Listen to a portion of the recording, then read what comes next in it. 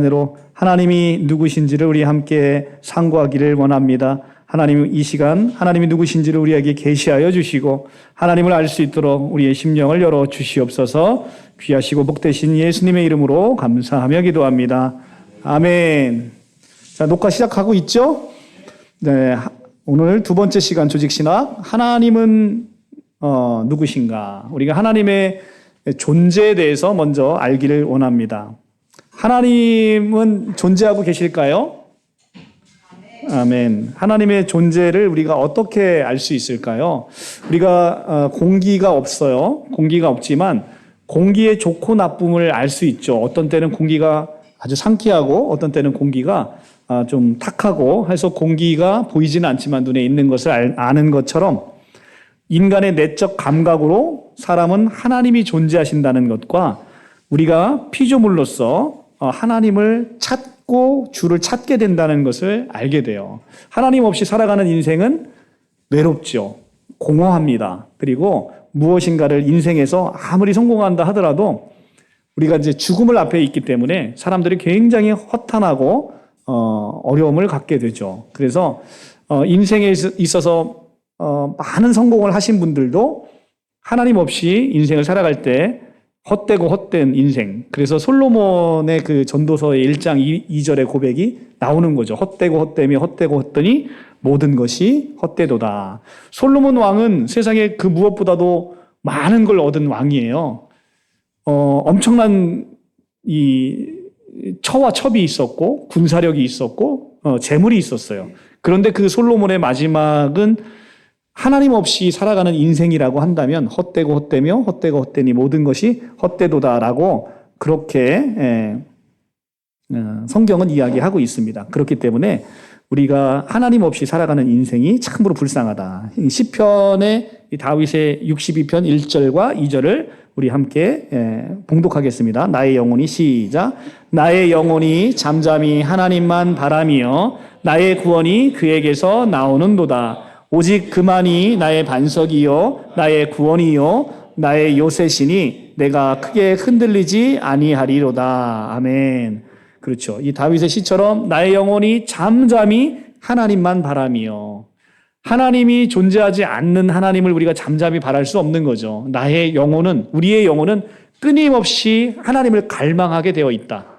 그러니까 우리가 하나님이 계시다라는 존재는 우리가 끊임없이 그분을 갈망하고 있다는 것으로 우리가 알 수 있는 거예요. 시편 63편 1절은 하나님이여 주는 나의 하나님이시라 내가 간절히 주를 찾되 물이 없어 마르고 황폐한 땅에서 내 영혼이 주를 갈망하며 주를 앙모하나이다. 내 영혼이 주를 갈망하고 주를 앙모하나이다. 우리의 영혼은 이렇습니다. 물이 없고 마른 황폐한 땅 같은 데서 하나님의 은혜가 없이는 우리는 그렇게 살아가는 존재라는 거죠. 그렇기 때문에 이 물이 없고 마른 땅에서 내 영혼이 날마다 주를 갈망하게 되는 것. 이것이 바로 인간의 본질이다.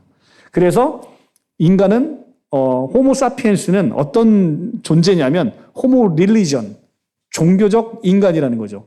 그러니까 세상에서 아무리 미개한 나라에도 미개한 나라에 이 인프라가 없고 이 제대로 된 정부는 없을 수 있어도 그 아무리 미개한 나라에도 반드시 있는 게 뭐냐면 신을 섬기는 거예요. 종교는 어느 미개한 인간도 다 가지고 있다. 그게 뭐냐면 호모 릴리전. 인간은 기본적으로 하나님을 찾게 되어 있어요. 근데 하나님을 알지 못하니까 늘 우상을 숭배하는 거죠. 하나님을 알되 영화롭게 하지 못하고 그리고 오히려 피조물을 조물주보다도 더 높이 섬기게 되는 잘못된 종교심을 갖게 되는 거죠. 그렇지만 어쨌든 인간은 끊임없이 하나님에 대한 갈망으로 하나님을 섬기고자 하는 욕망이 있다는 겁니다. 귀신도 하나님이 한 분임을 믿고 떨고 있다고 얘기하죠. 귀신은 하나님을 귀신같이 알아보는 거예요. 야고보서 2장 19절 내가 하나님은 한 분이신 줄을 믿느냐 잘하는도다. 귀신도 믿고 떠느니라. 우리가 하나님은 언제나 이렇게 우리에게 자기를 계시하셔서 하나님을 알 수 있도록 만들어 놓으셨다는 겁니다. 다만 이 이방인들, 여기서 이방인이라는 것은 어떤 혈통적 이방인을 얘기하는 게 아니라 실제 하나님을 믿는 백성을 유대인, 믿지 않는 사람을 이방인 할 때 그 이방인의 개념이에요. 그 이방인들은 하나님을 알지만 그분을 하나님으로 영화롭게 하지도 않고 그분에게 감사하지도 않는다라고 얘기합니다. 하나님을 아는 것과 하나님을 믿는 것, 하나님을 영화롭게 하는 건 다른 개념이에요. 하나님을 알지만 하나님을 영화롭게도 하지 않고 감사치도 않게 하고 있다라고 사도 바울이 로마서에서 이야기하는 거예요. 그러니까 밖에 있는 사람들도 하나님이 다 없다 이렇게 생각하는 건 아니에요. 그렇지만 하나님을 알되 하나님을 영화롭게 하지 않고 하나님께 감사하지도 않는 거죠. 하나님을 영화롭게 하는 유일한 방법은 예수 그리스도를 믿는 거예요. 왜냐하면 하나님은 예수 이외에는 영광을 받지 않으시기 때문에 그렇습니다. 우리가 하나님을 영화롭게 하는 유일한 방법은 뭐다? 예수를 믿는 것이다. 예수를 믿지 않고서는 하나님을 영화롭게 할 수가 없습니다. 마음속에 하나님이 없다고 말하는 사람은 참으로 어리석은 자예요. 시편은 14편 1절은 우리 마음속에 어리석은 자는 그 마음에 이르기를 하나님이 없다 하는도다. 어리석은 사람이 뭐라고요? 그 마음에 이르기를 하나님은 없다 하는 자가 어리석은 자다라고 시편 기자가 이야기를 하고 있어요. 그래서 하나님이 없다 이렇게 얘기하는 사람은 참으로 어리석은 자구나. 그러니까 자기가 주인 되는 삶을 살고 싶은 거죠. 그게 바로 누구의 삶이다? 아담의 삶이다. 아담은 하나님 없는 세상에서 자기가 왕 돼서 살고 싶은 게 아담의 꿈이었다라는 겁니다. 그것이 인간의 죄고요. 그리스도인의 삶에서 하나님에 대한 내적 감각은 보다 강해지고 분명해집니다. 이게 그리스도의 성령의 은혜로 우리는 하나님에 대해서 아주 강력하게 하나님의 살아계심을 느낄 수 있는 거죠. 우리는 하나님의 사랑이 넘치는 우리 아버지로 알기 시작하여 성령께서 우리가 하나님의 자녀임을 우리 영혼에 증언하고 계시죠. 성령께서. 이로써 우리는 마음속에 계신 그리스도를 알게 하시는 거고, 그리고 그를 보지 못했지만 예수님을 사랑하게 되는 거죠. 베드로전서 1장 8절에 너희가 그를 보지 못했지만 예수를 사랑하는도다 라고 이야기를 하잖아요. 그러니까 우리가 예수님을 보지 못했어요. 그러나 예수를 알게 되고 예수를 사랑하게 되는 거죠. 그로써 하나님이 살아계시고 하나님이 계시는 것을 알게 되는 거죠. 성경과 자연 안에서도 우리가 증거를 통해서 많은 하나님이 살아계신 그 믿음이 생길 수가 있어요. 근데 이 믿음으로 우리는 충분치 않다는 거죠. 이것이 바로 일반 계시라고 이야기하는 것인데 우주 만물을 보면 하나님의 살아계심을 알 수 있는 겁니다. 대표적으로 제가 늘 삼라만상을 여러분 잘 보시면 하나님의 살아계심을 알 수 있다고 얘기하잖아요. 그래서 대표적으로 여러분한테 늘 설명드리는 게 지구의 자전과 공전. 늘 정확하잖아요. 늘 정확하고 지구가 태양 주위를 돌 때 정확한 궤도로 돈다는 거예요. 조금 가까이 붙으면 다 타 죽고 조금 멀리 돌면 전부 다 얼어 죽어요. 그런데 정확하게 지구는 태양 주위를 정확한 궤도로 돈다. 이게 바로 질서라는 겁니다. 질서. 질서라는 것은 하나님이 살아계시는 강력한 증거예요. 우리가 땅에 붙어 있는 건 어떤 원리 때문에 그래요? 이 중력의 법칙 때문에 땅에 붙어서 있는 거잖아요. 이런 게 질서라는 거죠. 이 중력은 얼마나 그 힘이 우리에게 늘 날마다 있기 때문에 우리가 땅에 붙어 사는 것이고요. 중력이 없으면 사람이 떠 있잖아요. 그러니까 질서는 오늘도 있고 내일도 있고 모레도 있는 거예요. 이게 바로 질서예요. 이 질서는 질서를 부여하신 분이 계시다. 그게 바로 하나님의 살아계신 강력한 증거다라는 겁니다. 이 많은 별 중에 하나만 지구에 떨어져도 지구는 다 부서지고 다 핵폭탄이 떨어진 것보다 더 강력한 폭발로 우리는 죽게 돼 있어요. 그런데 어떤 별도 지구 안에 떨어지지 않는 건 하나님이 그 우주의 모든 질서를 주관하고 계시기 때문이다라는 겁니다. 그래서 이렇게 자연을 보게 되면 우리는 하나님이 계시다는 걸 믿을 수가 있어요. 그런데 그것이 구원받는 믿음으로 충분치 않다는 거죠. 하나님이 계시는 건 알겠지만 그 하나님이 계시다는 거와 내가 하나님을 믿는 건 다른 문제라는 거죠. 자, 이렇게 하나님이 계신 걸 우리가 알 수 있어요. 그런데 이렇게 하나님 계시고 내가 하나님을 먼저 만났어요. 근데 하나님을 만나도 하나님을 믿지 못하는 이유가 있습니다. 그게 고린도후서 4장 4절은 이 세상의 신이 우리의 마음을 혼미케 해서 예수 그리스도 안에 있는 하나님의 그 광채가 비치지 못하도록 우리의 눈을 가린다는 거예요. 세상의 신이. 고린도후서 4장 4절의 말씀이 바로 그겁니다. 그래서 우리가 하나님을 알고 내가 하나님을 누구에게 전했는데 그 사람이 하나님을 믿지 못하는 것은 아직 하나님의 은혜가 그들의 눈을 가리고 있는 것을 선제적으로 벗겨주셔야 되는데 그게 되지 않아서 세상의 신이 우리의 눈을 가려서 하나님의 영광에 이르지 못하도록 그렇게 하고 있다고 고린도후서 4장 4절이 이야기하고 있는 거예요.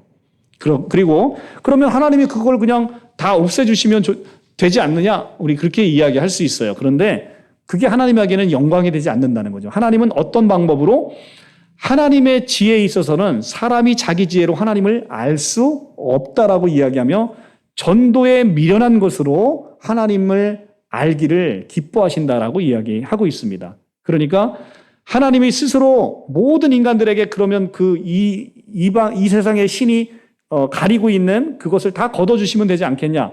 그렇지 않고 하나님은 자기의 사랑하는 백성을 선택하셔서 이 전도에 미련한 방법으로 자기를 계시하기를 기뻐하셨다라고 성경은 되어 있습니다.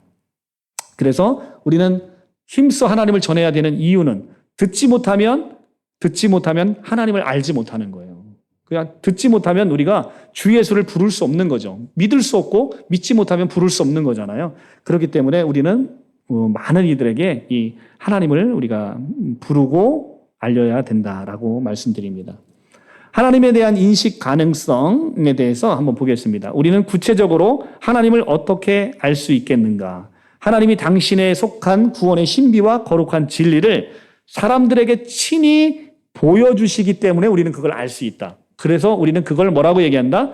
계시라고 얘기하는 거예요. 하나님의 자기 계시. 우리가 하나님을 알 수 있는 건 내가 노력해서 알 수 있는 게 아니라 하나님이 먼저 자기를 오픈하셨기 때문에 자기를 보여주셨기 때문에 자기를 계시하셨기 때문에 우리가 하나님을 알 수 있다라고 이야기하는 겁니다. 그 방법은 첫째는 자연을 통해서 하나님 살아계심을 알려주셨고요. 그래서 자연을 통해서 계시되는 하나님을 알게 됐지만 이 하나님을 인간이 늘 오해한다는 거죠. 그래서 자연을 통해서 하나님이 살아계심을 알 수 있지만 그걸로는 충분하지 않다는 거예요. 하나님을 늘 오해하기 때문에 이제는 하나님을 영화롭지도 않고 하나님을 헛되게 섬기게 되는 거죠. 그래서 그 생각이 허망하여지며 미련한 마음이 어두워져서 하나님의 진리를 거짓으로 바꾸어서 피조물을 조물조보다 더 경배하고 섬기게 된다는 거죠. 로마서 1장 25절 말씀입니다. 이는 그들이 하나님의 진리를 거짓된 것으로 바꾸어 피조물을 조물조보다 더 경배하고 섬김이라.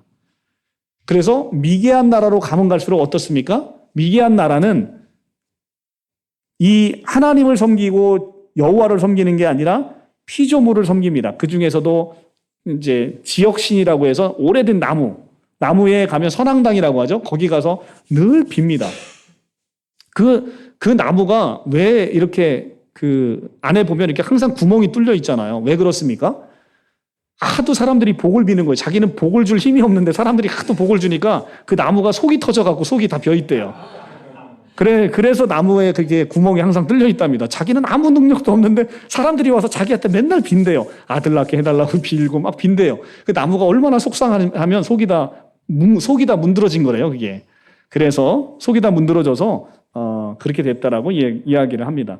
이렇게 미개한 나라이면 나라일수록 하나님의 진리를 거짓으로 바꿔서 피조물을 조물주보다 더 숭배합니다. 그러니까 인간이 가장 어리석은 게 뭐냐? 하나님이 창세기에 가면 인간을 만들고 만물의 영장으로 세우셨어요. 그리고 너희한테 이 만물의 영장을 다 생육하고 번성하고 땅에 충만하고 다스리고 정복하라고 했어요. 다스리고 정복해야 되는 인간이 웬걸 다스릴 생각을 안 하고 이 피조물을 숭배하고 있더라는 거예요. 거대한 무슨 이 바위가 있으면 바위 밑에 가서 사람이 비는 거예요. 그리고 뭔가를 형상을 만들어 놓고 거기다 또 빌어요. 그리고 이상한 동물 있잖아요. 코브라 같은 것들. 이런 것들을 그런 걸 가지고 숭배를 합니다. 그런 나라치고 하나님의 축복을 받은 나라가 없지요. 그러니까 다 그런 나라들은 저주 아래에 있는 거죠. 피조물을 조물주보다도 더 경배하고 섬기는 이 행위로 말미암아 하나님의 진노 아래 있게 되는 것입니다. 그래서 항상 우리 모든 나라가 그렇지만 이 기독교의 복음이 전해지는 나라가 소망이 있고 비전이 있는 거예요. 대한민국이 이 기독교로 말미암아서 엄청나게 성장하게 된 거죠. 근데 지금 안타까운 게 이 우리에게 비쳤던 이 복음의 빛이 이제는 거의 수명을 다했다라고 하는 거죠. 그래서 다른 나라로 이 하나님의 등대, 하나님이 촛대를 옮기신다고 하잖아요. 하나님이 촛대를 옮기시는 거죠.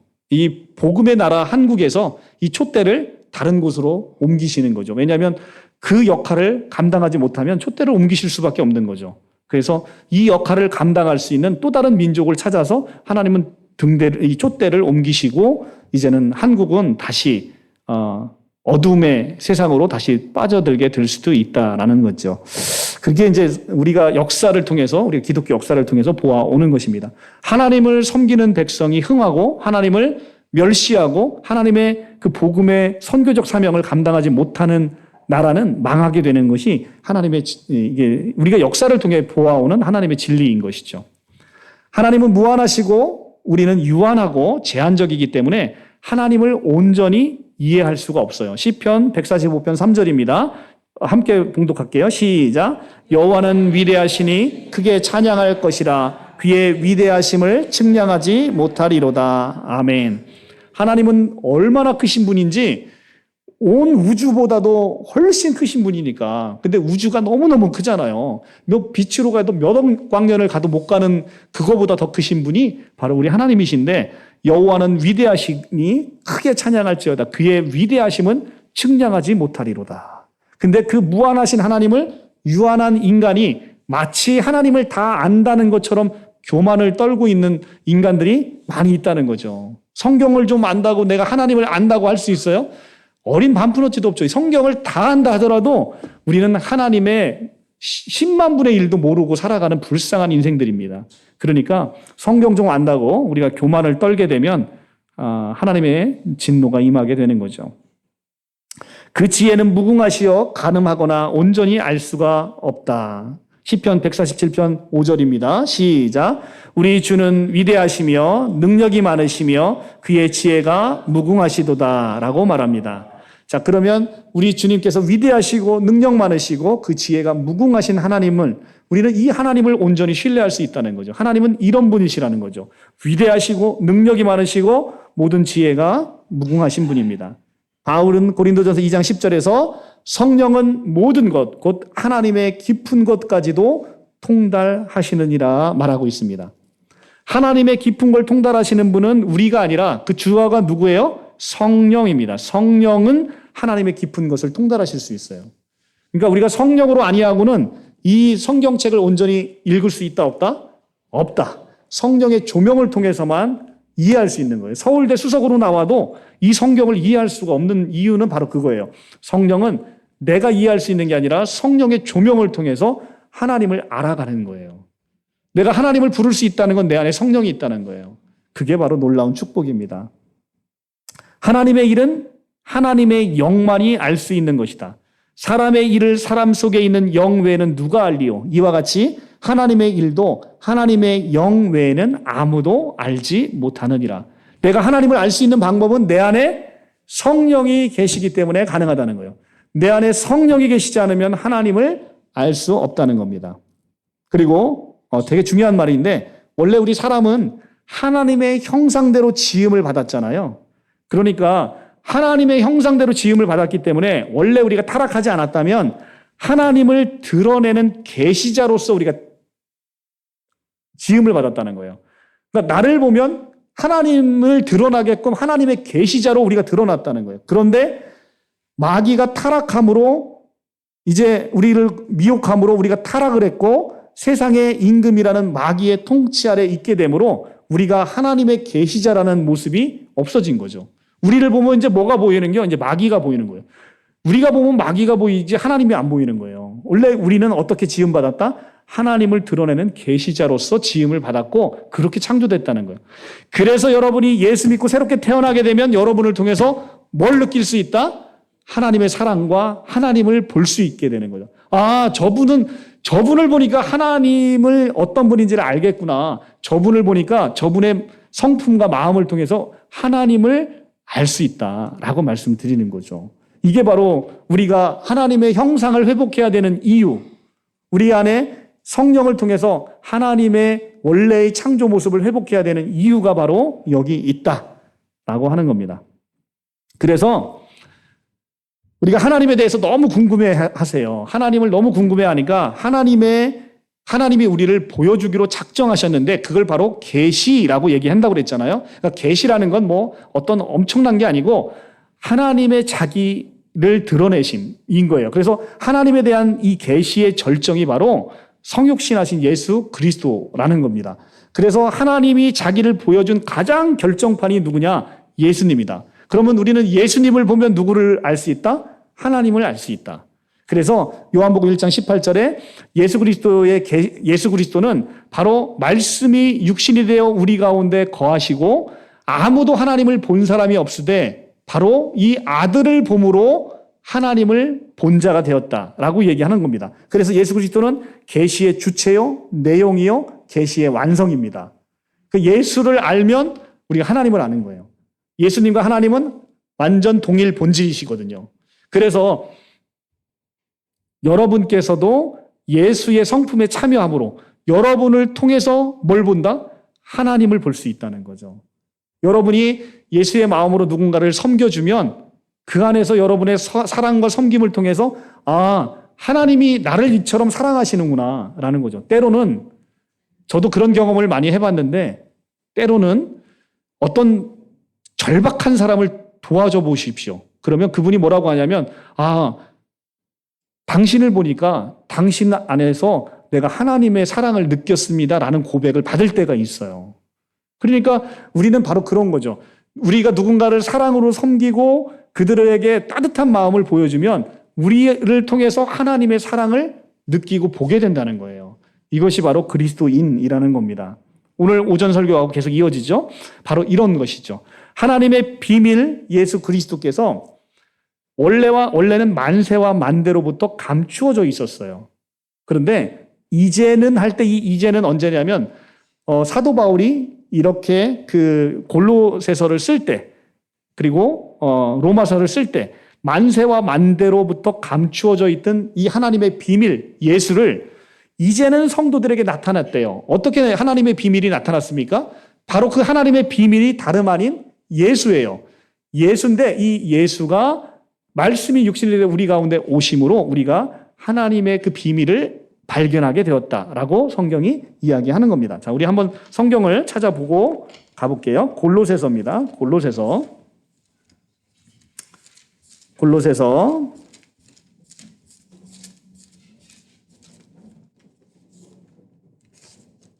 1장 26절부터 볼게요. 골로새서 325쪽, 신약성경 325쪽, 골로새서 1장 25절, 26절, 325쪽.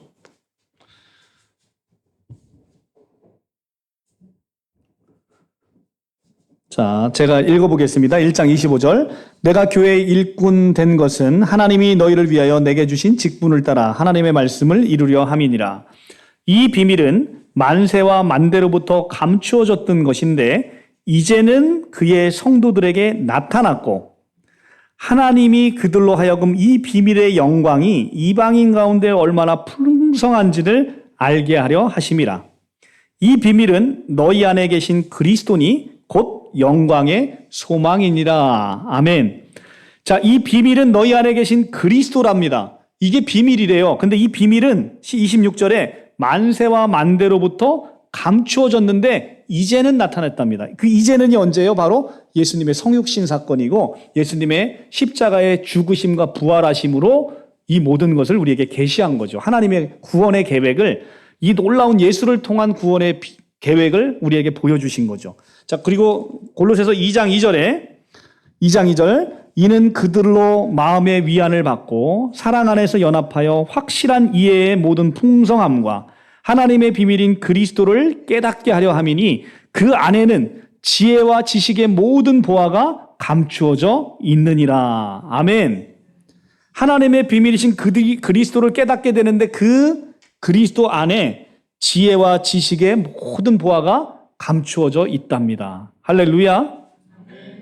바로 이렇게 복음은 예수 그리스도가 영원 전부터 감춰져 있었는데 이제 모든 민족이 믿어서 순종하게 하시려고 그 신비의 계시를 따라서 우리에게 나타나신 바로 하나님의 비밀이신 예수 그리스도, 그분을 우리는 특별 계시로서 우리에게 보여주고 알려주셨다는 겁니다. 그래서 우리는 일반 계시뿐만 아니라 이 특별 계시는 일반 계시와 같은 모든 사람에게 비추는 빛이 아니라, 자, 우리가 하나님을 믿지 않아도 모든 악인들에게도 햇빛과 비를 내려주세요. 그게 일반 은총이잖아요. 그런데 우리에게는 특별한 계시로서 성경을 통해서 성령의 특별한 사역에 의해서 진리를 받는 사람들의 그 길을 비추는 빛, 이것이 바로 특별 계시라는 겁니다. 이 특별 계시, 이 성경을 통해서 하나님은 우리를 만나 주시는 거죠. 그래서 하나님의 이 저자인 이 성경의 저자들은 유기적 영감을 통해서 하나님의 말씀을 기록했다.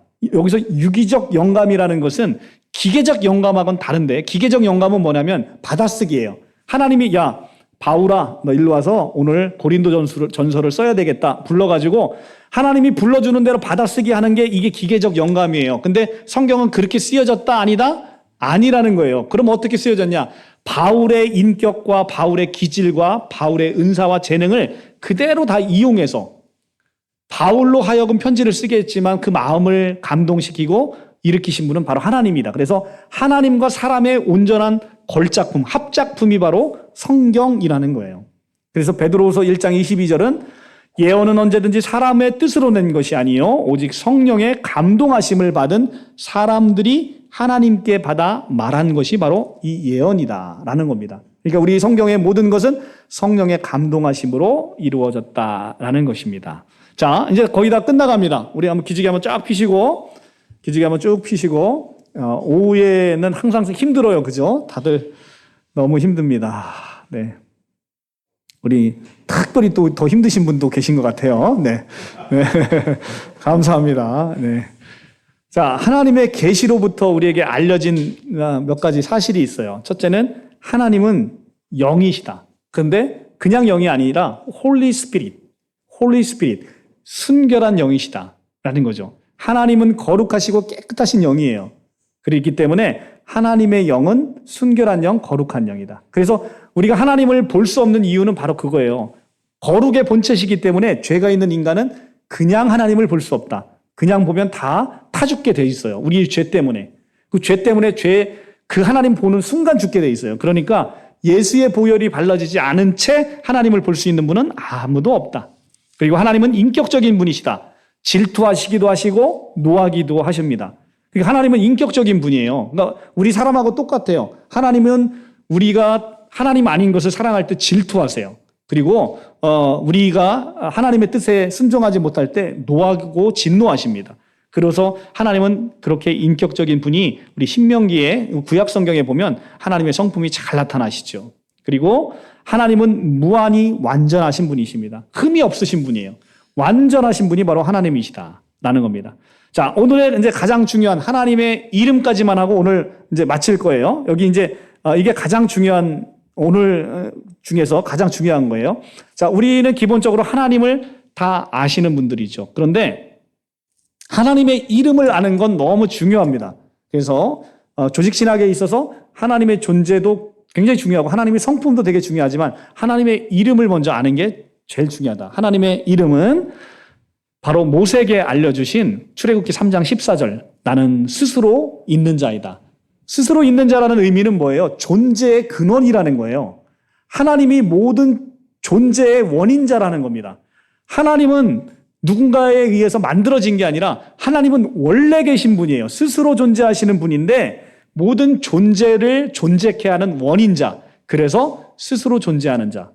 그거를 70인역은 출애굽기 3장 14절을 바로 에고 에임이라고 이야기하는 거죠. 나는 이다.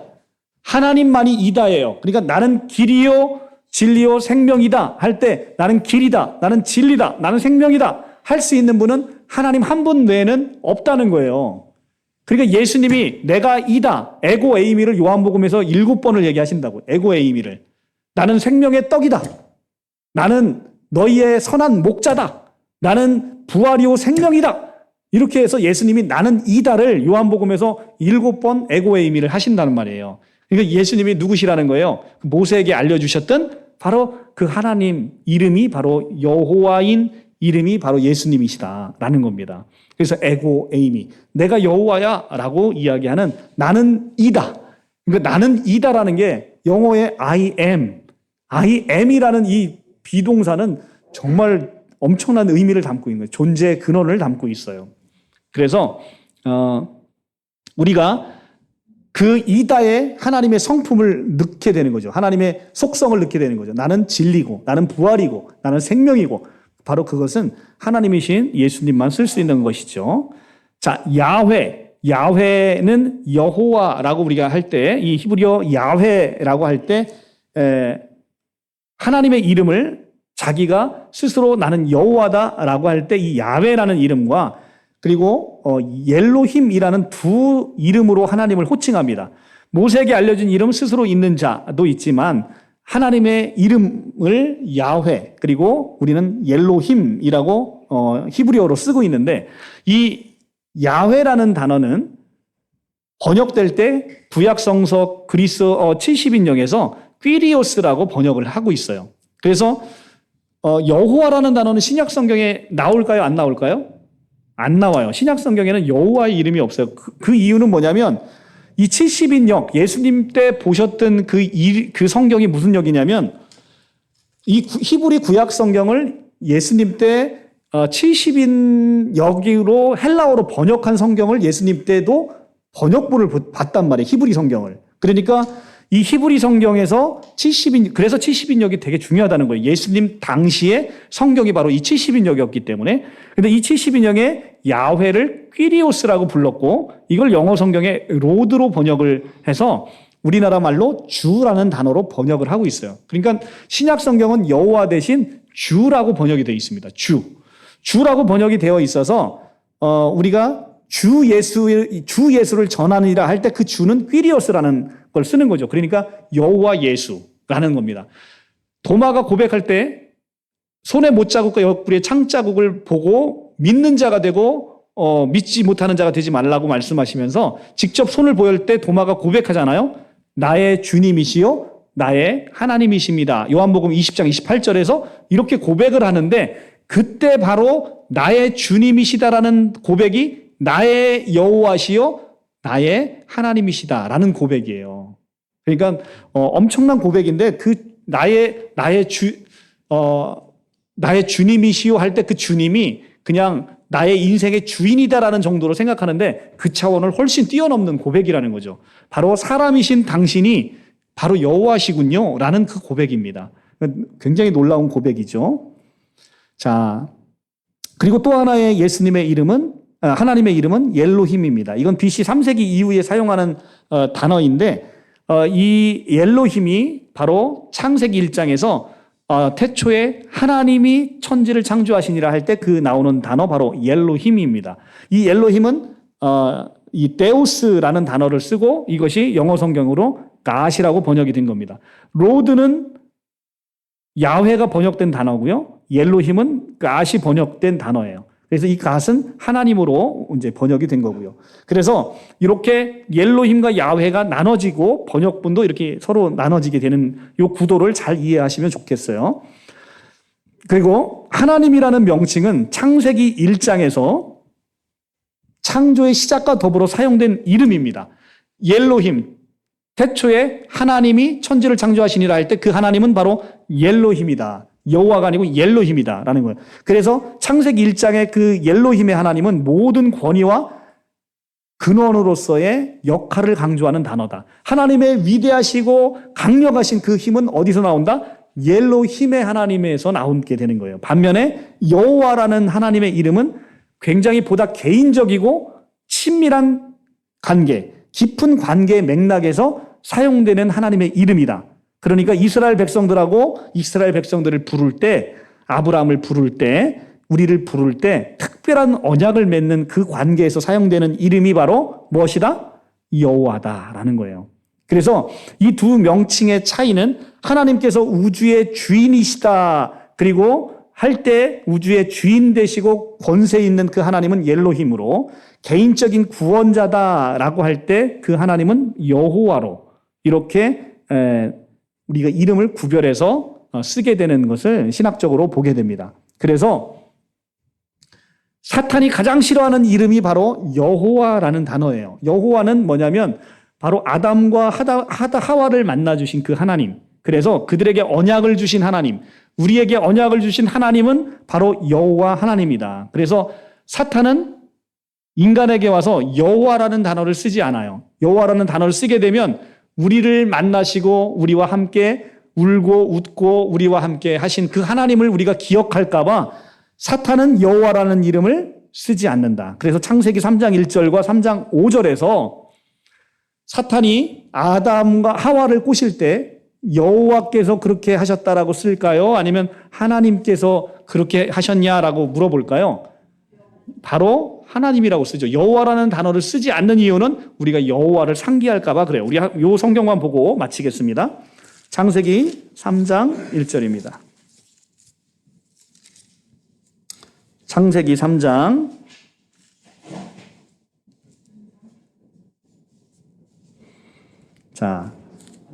3장 1절부터 창세기 볼게요. 그런데 뱀은 여호와 하나님이 지으신 들짐승 중에 가장 강교하니라. 자, 여기는 여호와 하나님이라고 쓰였잖아요. 이건 뱀이 한 얘기가 아니라 뱀을 설명할 때 뱀은 여호와 하나님 할 때 여호와와 하나님을 같이 썼어요. 그죠? 여호와와 하나님을 같이 쓴 건 개인적 구원자로서의 하나님과 그 개인적인 친밀한 하나님과 권세 있는 하나님을 함께 부를 때 여호와 하나님이라고 부르기도 하고요. 그냥 개인적인 부르심을 할 때는 항상 여호와는 이렇게 쓸 때도 있고 여호와 하나님을 붙였을 때도 있고 하나님 한 분을 따로 분리해서 쓸 때가 있는데, 자, 여기서는 뱀은 여호와 하나님이 지으신 들짐승 중에 가장 강교하다라고 했는데, 이제 뱀이 여자에게 물어 이르되 하나님이 참으로 너희에게 동산 모든 나무의 열매를 먹지 말라 하시더냐. 하나님이 먹지 말라 하시더냐라고 하면서 하나님이라고 부를 때 이때 단어는 엘로힘을 쓰고 있어요. 야훼를 쓰고 있지 않다는 거죠. 그리고 여자가 뱀에게 이르되 동산 나무의 열매가 우리가 먹을 수 있으나 동산 중앙에 있는 나무의 열매는 하나님의 말씀에 너희는 먹지도 말고 만지지도 말라 너희가 죽을까 하노라 하셨느니라. 이렇게 얘기를 합니다. 그래서 3장 5절에 가면 너희가 그것을 먹는 날에 너희 눈이 밝아져서 하나님과 같이 되어 선악을 알 줄을 하나님이 아심이라. 여호와가 아심이라 이렇게 안 하고 하나님이 아심이라 하는 것은 바로 아담 너하고 친하게 지냈던 그 하나님의 이름 여호와를 기억하지 않도록 상기시키지 않으려고 애써 사탄이 여호와라는 이름을 쓰지 않고 있다라고 그렇게 얘기를 합니다. 그러니까 우리가 많이 불러야 되는 이름 뭐예요? 바로 여호와 하나님인 거죠. 우리가 하나님도 많이 불러야 되지만 여호와는 나하고 정말 친한 하나님이에요. 그래서 어떤 집에 가면 아버지하고 아들하고 사이가 좋은 집도 있고 아버지를 너무 무서워하는 사람이 있잖아요. 아버지를 무서워하는 집안은 그 아버지를 하나님이라고 부르는 거죠. 그 아버지를. 예를 들면 그렇다는 거예요. 그런데 아버지하고 아들하고 사이가 너무 좋아요. 그러면 그 아버지를 늘 여호와로 부르는 거죠. 그러니까 우리도 이 성경에서 우리 하나님을 부를 때 우리 하나님이 하나님 그러면 왠지 나하고 거리감이 많이 느껴지는 하나님이에요. 그분은 전능하시고 그냥 우주 만물을 다스리는 그 하나님을 머릿속에 생각하는 거예요. 그런데 우리에게는 그 하나님만 있는 게 아니라 나에게 오셔갖고 늘 내 이름을 불러주시고 여러분의 이름을 불러주시면서 여러분을 안아주시고 여러분의 눈에서 눈물을 닦아주시고 여러분을 위로하시는 하나님. 그 하나님은 바로 여호와 하나님이시다. 하나님의 이름 안에도 이렇게 놀라운 비밀들이 많이 있게 되잖아요. 얼마나 감사해요. 여러분 이 여호와를 꼭 만나시기 바랍니다. 네, 이렇게 우리가 하나님을 알아가는 게 기쁘지 않습니까? 그러니까 하나씩 우리가 하나님의 이름 가운데도 야, 이게 사탄이 감히 부르지 못하는 그 이름은 바로 여호와 하나님이시다. 오늘 여호와 하나님이 여러분의 삶 속에서 여러분을 안아주시고 여러분을 위로해 주시고 이 힘든 오늘 하루를 버텨내기 힘든 우리의 인생길에서 하나님을 만나서 위로받으시고 또 소망 가운데 사시기를 간절히 축원합니다. 네, 자, 기도하고 마치도록 하겠습니다. 사랑의 주님 감사합니다. 우리에게 하나님의 이름을 알려주시고 또 하나님의 그 놀라우신 그 여호와 하나님 되심을 우리에게 알려주셔서 언제나 우리를 살피시고 우리에게 약속하시고 우리에게 오셔서 우리를 구원하시고 우리를 복 주시기를 원하시는 그 여호와 하나님을 오늘 만나게 하심을 감사합니다. 하나님의 놀라우신 은혜 가운데 우리가 날마다 복된 인생을 살아가길 원합니다. 하나님 우리에게 찾아오셔서 우리를 만나주시고 우리를 위로하시고 우리와 함께하여 주시옵소서. 거친 세상에 우리가 나아가 승리할 수 있는 비결은 언제나 여호와 하나님께서 우리와 함께하심을 우리가 믿습니다. 삶 속에서 우리가 지치지 않게 하시고 우리가 이제는 도망가지 않게 하시고 언제나 주님 안에서 안식하며 평안을 누릴 수 있도록 주여 역사하여 주시옵소서. 거룩하시고 귀하신 예수 그리스도의 이름으로 축복하며 기도하옵나이다. 아멘. 자, 우리 다음 시간에